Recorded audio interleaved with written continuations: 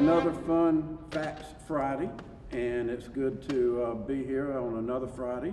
We have today Lanny Lambert, who was chaired the committee that rearranged this whole area, and I'm sure it's much more complicated than that, but all I remember is that this organ used to be right there and facing that way. Why would it have been there? Because that's where Ron Miller wanted it, and we've only had 3 organists in 150 years. Actually, it was here from the 20s because the organist was the choir director, and the organist faced the choir, so he could direct it.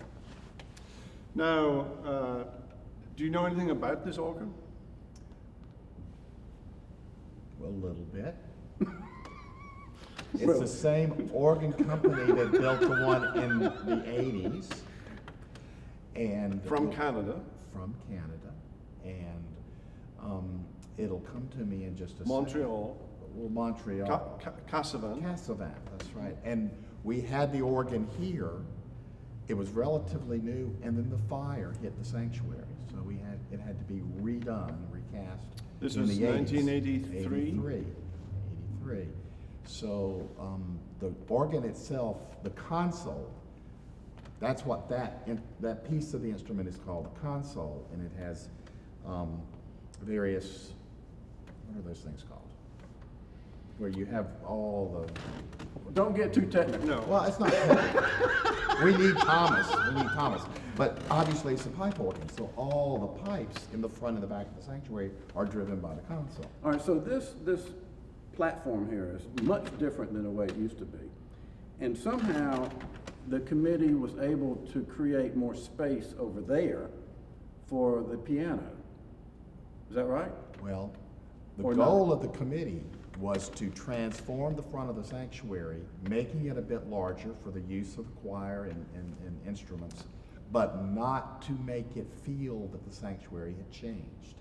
Bibs hurt. Well done. Our challenge was to do what we needed to do, and folks come into the sanctuary and say, this is lovely, but it doesn't look like you did anything. Mm-hmm. And we feel pretty good about the fact that we accomplished that, keeping the pulpit where it was, not something that you roll off and create a stage, because that's not what this is. It's the chancel area.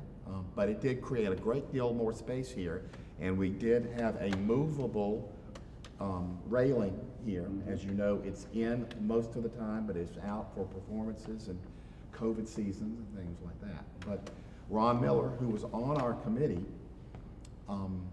was instrumental, no pun intended, in determining where the organ could go and where it should go. And he said after all this time, it didn't need to be in the middle. And it was also difficult during a wedding because he had to have those mirrors so he would know when the bride was ready to come in through the doors. So moving it to the side was a better utilization of the space, and it gave us a chance to redo the organ console because it had not been redone or really repaired any in the 40-something years, 35, 40 years that he did that. And the organ is firmly and deeply rooted in our worship style. This is a very traditional style of worship where the organ takes center stage. And it's, it's a myth that one hears that in order to attract 20-somethings, you have to have a contemporary worship style, and that's a myth. And we have proven that here, that you can attract 20-year-olds with traditional worship. Well, we'll be back.